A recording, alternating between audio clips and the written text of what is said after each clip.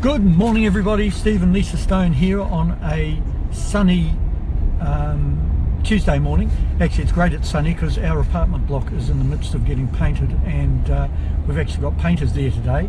First time in a while, huh? So, and talking of apartments, Lisa? Yeah, so talking about apartments, good lead-in.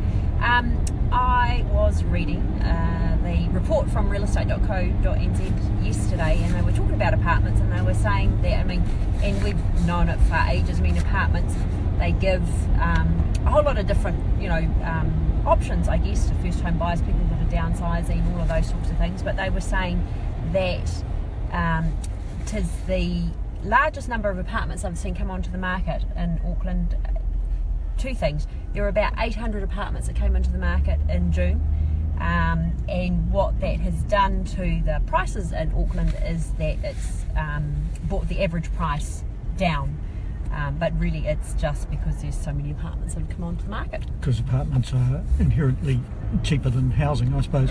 And it's interesting because people say to us, hey, should we buy an apartment because God, there's going to be a glut and all that. Do you know that I've been told, and I'm not sure about this first figure, that the number of apartments in Auckland are at about 3% of the number of houses in Auckland. And do you know, in the 2011 census in Sydney, there were 25.8% of 1.7 million houses in Sydney were apartments, 25.8%. So that's a heck of a lot more than we've got here, that's for sure. So I think we've got a long way to go.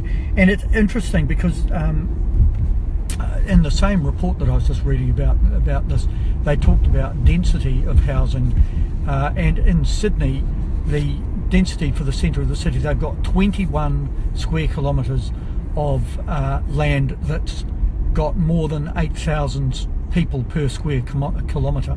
So 21 kilometres there, square kilometres, and in London they've got 327 square kilometres that have got over 8,000 people per square kilometre.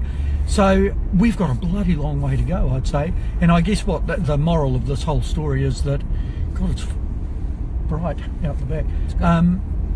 The moral of the story is that apartments have got a lot of growing to do in Auckland, and we're not going to have a glut. We've still got a shortage of housing. We say this every week, but we do. We've got a shortage of housing, and oh look, that's better.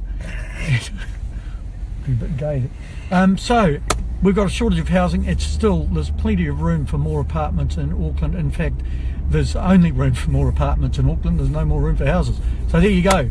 That's us for the... No, just before we go, talking about shortage of housing, it sounds like Wellington is heading into exactly the same territory that we've been in for quite some time now. I was reading something else as well. Wellington, shortage of houses, not enough stock on the market, so they've got exactly the same issues as what Auckland has got. Interesting, huh? We're not alone, and you can't see us now, so I'm going to sign out. Have a great week, and we'll see you next week. Cheers, bye. Bye.